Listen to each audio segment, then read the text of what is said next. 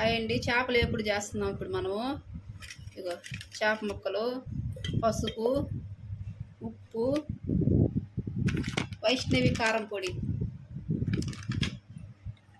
అల్లం తెల్లగడ్డ ధనియాలు దాల్చిన చెక్క మొగ్గ వేయించి పెట్టాను. ఇప్పుడు ఫస్ట్ ఏమంటే రోట్లో వేసేద్దాము. ఇది బాగా దంచేసి మిరిగిపోయినాక పొడి కొట్టినాక తర్వాత అల్లం వేసి దీంట్లో దంచాలి. తర్వాత ఇది వేసి దంచుకోవాలి. తెల్లగడ్డ మెదిగిపోయింది, మసాలా తీసేస్తున్నాను. మసాలా మెదిగిపోయిన ధనియాలు చెక్క మొగ్గ అల్లము తెల్లగడ్డ వేసి దంచేసాను బాగా మెత్తగా. ఇప్పుడు చేపల్లో వేసుకున్నాం.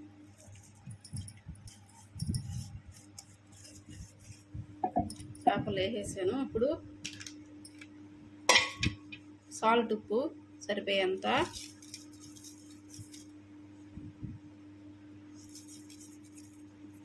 కొంచెం కారము,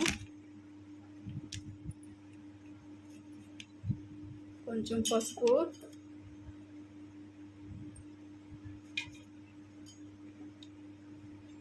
ఇప్పుడు ఇన్ని వేసేసి బాగా కలిపేద్దాము.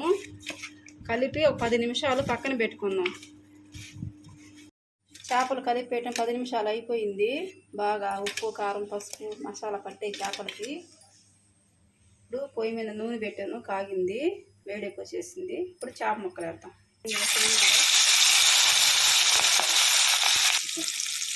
చేపలు వేసాను, 3 చేపలు 3 ముక్కలు వేసాను.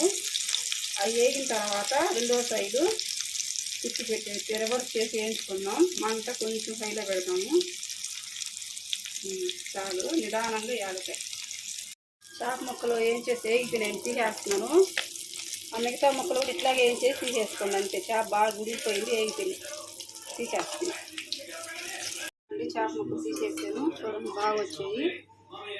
మిగతా ఇంకా 2 పీసులు ఉన్నాయి, వేసేస్తారు. 2 పీసులు కూడా